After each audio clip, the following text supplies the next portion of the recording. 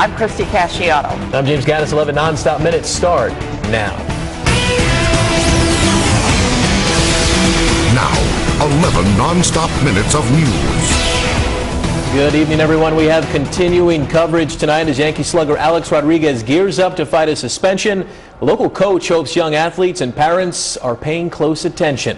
From middle school right through college, players are hazardous material teams called to the state attorney general's office in Syracuse earlier tonight. Details limited right now. We do know Syracuse police, fire, and hazmat were called to the building on Erie Boulevard West around 6:30 this evening for a hazardous material. The Postal Inspector's Office tells us a powdery substance arrived at the State Attorney General's office. That substance was screened and found to be not hazardous. This happened around the same time that Upstate Medical University was on diversion. As Rural Metro announces it's filed for bankruptcy, tonight the ambulance company says service will not be impacted. The City of Syracuse says it has been monitoring the situation and believes ambulance operations will continue without interruption. Rural Metro plans to restructure financially by cutting debt and interest expenses in half. The company currently runs ambulance services in 700 communities in 21 states. A union is calling layoffs unconstitutional. Tonight, the State Thruway Authority and the Canal Corporation are being sued. The CSEA, which represents workers at those agencies, is calling layoffs last year unconstitutional and is suing the state. In April, more than 200 workers were let go because the Thruway said it needed to close a hole in its budget. But the union says it was a motivated move in the middle of contract negotiations. What we really want to do. News Channel 9 reached out to the Thruway Authority for comment. A spokesperson says they have not seen any documentation regarding a possible lawsuit, and the agency does not comment on matters under litigation. A traffic alert tonight as work continues on Route 370. That bridge will be closed for the next 3 days as DOT crews work on pouring concrete decks.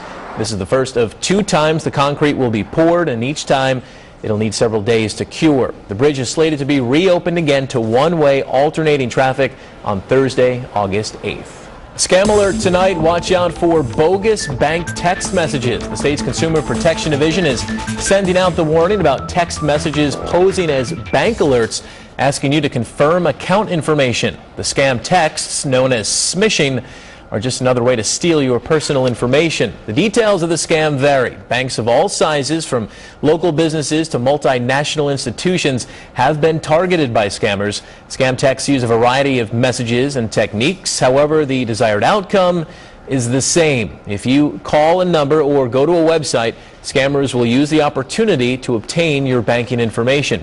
If you receive a bogus text, don't respond or share any of your information.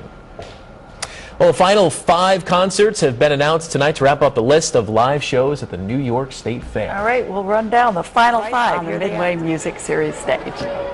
All right, well, the world on alert tonight after U.S. intelligence intercepts messages from Al-Qaeda about an attack that is going to be, quote, big and strategically significant. And Sunday with a high in the 70s.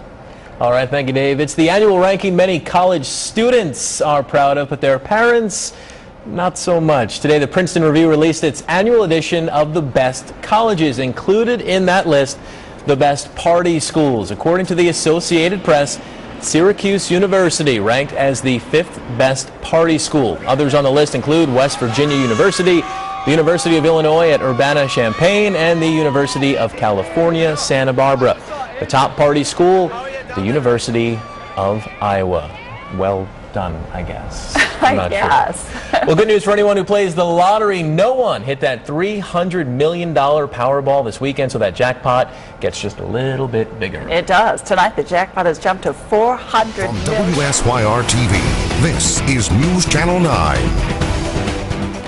Americans are on alert around the world tonight. Nearly 24 diplomatic facilities are still closed amid concerns that known terrorists are planning a major attack, which could mean multiple targets. We have learned that the alert... Sports, Syracuse Orange holds its first practice of fall training camp.